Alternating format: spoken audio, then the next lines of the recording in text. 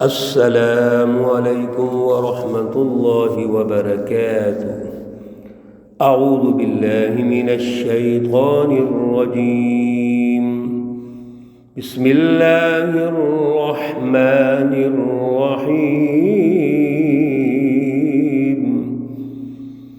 لیس علیکم جناح ان تدخلوا بيوتا غير مسكونة فيها متاع لكم والله يعلم ما تبدون وما تكتمون۔ صدق الله العلي العظيم۔ اللهم صل على سيدنا ومولانا محمد النبي الأمي وعلى آلہ واصحابہ وبارک وسلم وصل علیہ۔ معزز سامعین و سامعات، سورۃ النور ہے، پارہ نمبر 18 ہے، آیت مقدسہ نمبر 29 ہے۔ اللہ رب العزت اس آیت مقدسہ کا فہم اور شعور عطا فرمائے اور عمل کی توفیق اور صلاحیت عطا فرمائے۔ گزشتہ درس میں جو عنوان بنا تھا وہ استیذان تھا، لیکن وقت کی کمی کی وجہ سے بہت سارے مسائل رہ گئے تھے۔ آج ہم نے ایک آیت مکرمہ یہ تلاوت کی ہے، اور یہ جو تینوں آیات ہیں، اب ان تینوں کا عنوان ہے استیذان، یعنی اجازت طلب کرنا۔ اللہ رب العزت ان آیات میں یہ احکام ارشاد فرما رہے ہیں کہ جب آپ کسی کو ملیں گے تو کیسے ملنا ہے، کسی کے گھر جانا ہے تو کیسے جانا ہے۔ دیکھیے، سب سے پہلے بات تو ہمیں یہ سمجھنی چاہیے کہ یہ جو گھر ہے یہ کیا ہے، گھر کس کو کہتے ہیں؟ جہاں انسان رہتا ہے، انسان کی خلوت ہوتی ہے، انسان اپنی ضرورتیں پوری کرتا ہے، آرام کرتا ہے۔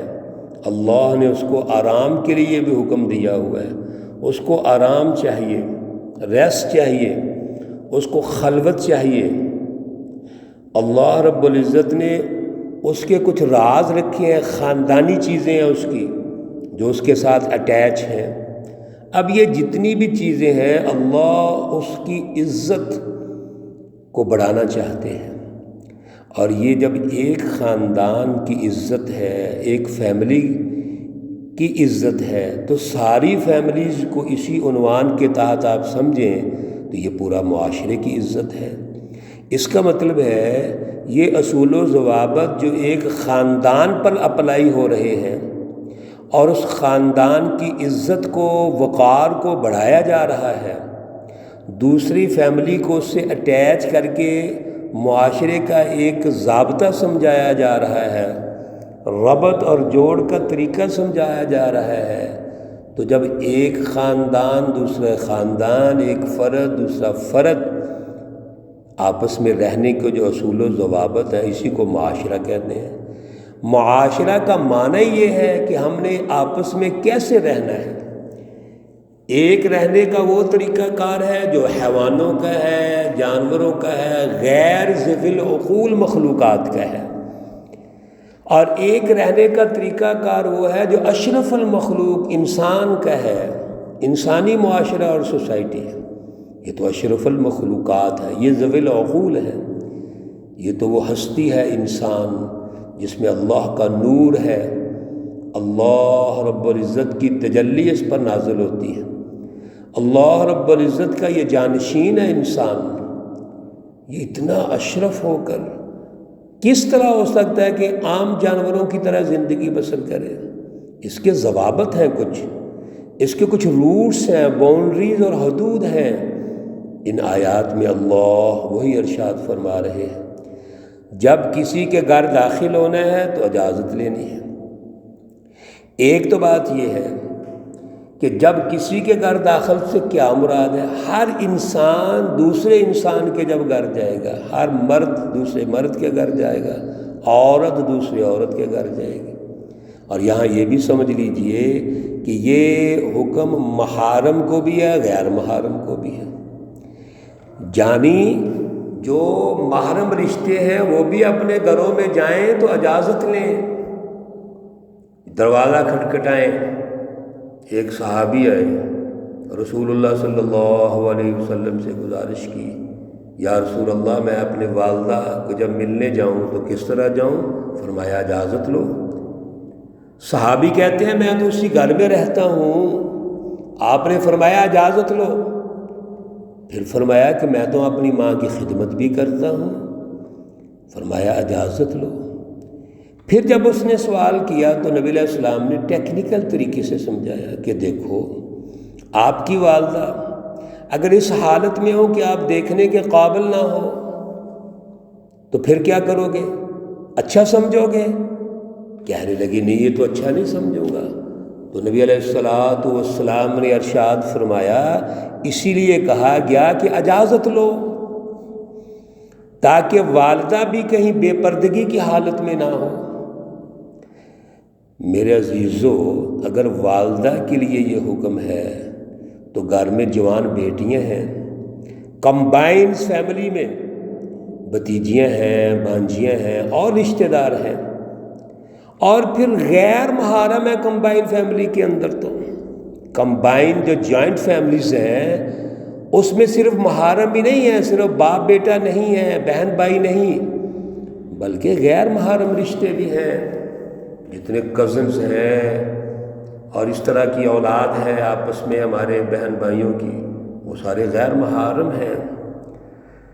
اس لیے یہ بڑا حساس مسئلہ ہے، اور سب سے بڑی بات یہ ہے کیونکہ تربیتی نظام پاکستان میں ہمارے ملک میں نہیں ہے۔ یہ مسائل وہ ہیں جو بچوں کو 5ویں سے اوپر سکھانے کی ضرورت ہے، ان کا پریکٹیکل کروانے کی ضرورت ہے۔ ہماری جو روٹس ہیں یاد رکھیے میرے عزیزو ساتھیو، ہماری روٹس قرآن پاک میں ہے، دین اسلام میں ہے، ہم ان کے بغیر کچھ نہیں ہیں، اور دین اسلام مکمل رہنمائی دیتا ہے۔ جو آیات ابھی ہم سمجھ رہے ہیں یہ ایک خاندان کی مثالی معاشرے کی روٹس ہیں کہ کسی کے گھر نہیں جانا، کسی محرم کے گھر بھی نہیں جانا، غیر محرم کے گھر بھی نہیں جانا۔ کیسے جائیں؟ سب سے پہلے اجازت لیں، اور اجازت لینے کا طریقہ کار کل بھی ہم نے عرض کیا تھا مختصر، چونکہ وقت کی کمی ہوتی ہے۔ اجازت لینے کا طریقہ کار بھی مہذب ہونا چاہیے، دروازہ بھی کھٹکھٹائیں مہذب طریقے سے، بیل دیں مہذب طریقے سے، اسی طریقے سے ساتھ والا پڑوسی ڈسٹرب نہ ہو۔ کئی ہمارے اتنے اندھا دھند انداز میں دروازے کھٹکھٹائیں گے، آوازیں دیں گے، آوازیں کسیں گے، کیونکہ جہالت ہے، دین سے تعلق کوئی نہیں، مہذب معاشرہ ہے نہیں ہے۔ کئی ہم نے دیکھا گاڑی والے آئیں گے، اپنے گاڑی میں شک آ رہے ہیں، باہر آ کے بیلیں دے رہے ہیں گاڑیوں کی، 3 گلیاں ڈسٹرب ہو رہی ہیں، کوئی بیمار ہے، کوئی اسٹڈی کر رہا ہے، کوئی نماز پڑھ رہا ہے، عبادت کر رہا ہے، سب کی توجہ خراب ہوتی ہے۔ یہ تو ہمارے معاشرے کا حال ہے، اللہ رب العزت ہمیں سمجھ عطا فرمائے۔ تو سب سے پہلے اجازت ہے، پھر سلام ہے، اور اللہ رب العزت ایک قانون ارشاد فرماتے ہیں، ساتھ ہی ہمیں سمجھانے کے لیے کہتے ہیں خیر لکم، تمہارے لیے بہتر ہے، یعنی یہ معاشرے کی ترقی کے لیے ضروری ہے۔ اللہ رب العزت بھی ہمیں الرٹ بھی کرتے ہیں ساتھ ساتھ، ایسے نہ سمجھنا کہ فضول گفتگو ہو رہی ہے، نہیں، ان قوانین پر عمل کرنا ضروری ہے، فرض ہے، اس کے بغیر معاشرے کی طہارت اور پاکیزگی نہیں ہوگی، معاشرہ ترقی نہیں کرے گا، آگے نہیں بڑھے گا۔ اور اگر وہاں سے اجازت نہیں ملی، گھر کے اندر کوئی ہے ہی نہیں ہے، اجازت نہیں ملی، پتہ نہیں چلا، تو پھر ہم داخل نہیں ہو سکتے۔ ایک اور اہم قانون سازی، اگر ہمیں اجازت اندر سے نہیں ملی، یعنی یہ کہا گیا کہ ابھی آپ واپس چلے جائیے پھر آ جائیے، ہمیں کیا کرنا چاہیے؟ مائنڈ کرنا چاہیے؟ نہیں، بلکہ واپس چلے جانا۔ فرجعوا، حکم ہے واپس چلے جاؤ، واپس لوٹ جاؤ۔ ارجعوا حکم ہے اللہ کا ہوا، اور اللہ کہتے ہیں یہ ازکیٰ لکم، تمہارے لیے بہتر ہے۔ پریشان نہیں ہونا، واپس چلے جانا ہے۔ تمہارے لیے بہتر کیا ہے؟ کل بھی عرض کیا تھا، گھر والوں کے لیے بھی بہتر ہے، واپس جانے والوں کے لیے بھی بہتر ہے۔ کیوں؟ جب اس کی تفصیلات میں ہم جائیں گے تو عین ممکن ہے گھر والے اس وقت ملاقات نہیں کر سکتے، کوئی اندر راز ہے، کوئی مسئلہ ہے، کچھ بھی ہو سکتا ہے اگر اس کی گہرائی میں جائیں تو۔ اور جانے والے کے لیے اس لیے بہتر ہے کہ جو مقصد تھا، جو بندہ آیا ہے، عین ممکن ہے اس کا مقصد ہی اس وقت پورا نہ ہو رہا ہو، وہ دوبارہ آ جائے تو دوبارہ پورا ہو جائے۔ اس لیے اس کو مائنڈ نہیں کرنا چاہیے، یہ ہماری تربیت کا حصہ ہونا چاہیے۔ اور آج کل تو اگر ایسے ہو جائے تو رشتہ داری خراب ہو جائے گی، بڑی باتیں بنیں گی، بڑا طوفان اٹھے گا، بلکہ طوفان بدتمیزی اٹھے گا۔ وجہ کیا ہے؟ تربیت نہیں، اصل میں وجہ ہماری کمزوری نہیں، پیچھے تربیتی نظام نہیں ہے، نہ یہاں فیملی آئلی زندگی سمجھانے کا کوئی نظام ہے، یا یہاں پر معاشرتی اور سماجی جو رولس ہیں ان کو سمجھانے کا کوئی تعلیمی تربیتی نظام نہیں ہے۔ میں عرض کر رہا تھا کہ یہ اصول و ضوابط تو 5ویں کلاس کے بعد، 5ویں کلاس میں ہی بلکہ ضروری ہے، اور یہاں سے بچوں کی پریکٹس کروانی چاہیے۔ جو مثالی معاشرے ہوتے ہیں وہ صرف فلسفی بیان نہیں کرتے، یاد رکھیے، بلکہ اس کی فلسفی پر عملی نظام بناتے ہیں۔ جیسا کہ حضور صلی اللہ علیہ وسلم نے فرمایا، جس وقت بچہ 7 سال کا ہو جائے تو اس کو نماز کے لیے کہو۔ یہ جو کہنا ہے اس سے کیا مراد ہے؟ کہ یہ کہے نماز پڑھو؟ نہیں، اس سے مراد یہ ہے 7 سال کے بچے کو نماز کا ماحول، نماز کا سسٹم، نماز کی معلومات، یعنی نماز کے متعلق جتنے آداب ہیں، ارکان ہیں، اس کی پوری مینجمنٹ ہے، وہ سکھاؤ۔ 3 سال دیے ہیں اللہ تعالیٰ نے۔ یہاں پر بھی وہی حکم ہے، ان بچوں کو جن کو نماز سکھانی ہے تو گھر میں ایک دوسرے کے پاس آنا جانا نہیں سکھانا۔ اگر ہم یہ سیکھ جائیں، ہمارے بچے سیکھ جائیں، جو 7-8 سال کا بچہ ہے، تو میرے عزیزو آپ ذرا توجہ تو کیجئے، کتنا مثالی معاشرہ قائم ہوگا۔ یہی بچے جب جوان ہوں گے، جب اگلی عمر میں پہنچیں گے، جہاں انہوں نے رہنمائی دینی ہے، کتنی پریکٹس ہوگی، کتنی تربیت ہوگی ان کی۔ آیت مقدسہ نمبر 29 میں اللہ ارشاد فرماتے ہیں، لیس علیکم جناح، آپ پر کوئی گناہ نہیں ہے، ان تدخلوا، یہ کہ تم داخل ہو، بیوتن، ان گھروں میں، غیر مسکونۃ، جہاں پر کوئی نہیں بستا، کوئی رہتا نہیں ہے، فیہا متاع لکم، اس میں تمہارے لیے فائدے ہیں۔ یہ وہ جگہ ہے جہاں کوئی رہتا بھی نہیں، کوئی روک ٹوک بھی نہیں، مثلا مسجد ہے، مدرسہ ہے، خانقاہ ہے، کوئی سرائے ہے، رفاع عامہ کی جگہ ہے، جہاں پر کوئی باقاعدہ زندگی بسر نہیں کرتا، تو وہاں پر استیذان کی ضرورت نہیں ہے، وہاں پر آپ جا سکتے ہیں، اس میں متاع لکم، آپ کو فائدہ ہے، مختلف فوائد ہو سکتے ہیں۔ واللہ یعلم ما تبدون وما تکتمون، اللہ جانتے ہیں جو تم ظاہر کرتے ہو، جو تم چھپاتے ہو۔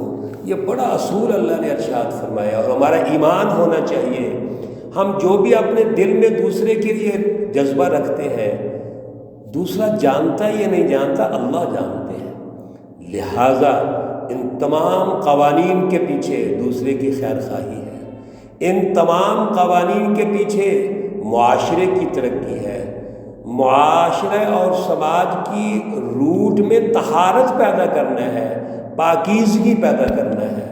اللہ توفیق عطا فرمائے۔ اللہ رب العزت تمام مرحومین و مرحومات کو جنت الفردوس میں اعلیٰ مقام عطا فرمائے۔ اللہ رب العزت تمام بیماروں کو شفائے کاملہ عاجلہ مستمرہ عطا فرمائے۔ ربنا تقبل منا انك انت السميع العليم وتب علينا انك انت التواب الرحيم، وصلى الله تعالى على النبي الأمي محمد وعلى آله وأصحابه أجمعين برحمتك يا أرحم الراحمين۔ السلام عليكم ورحمة الله وبركاته۔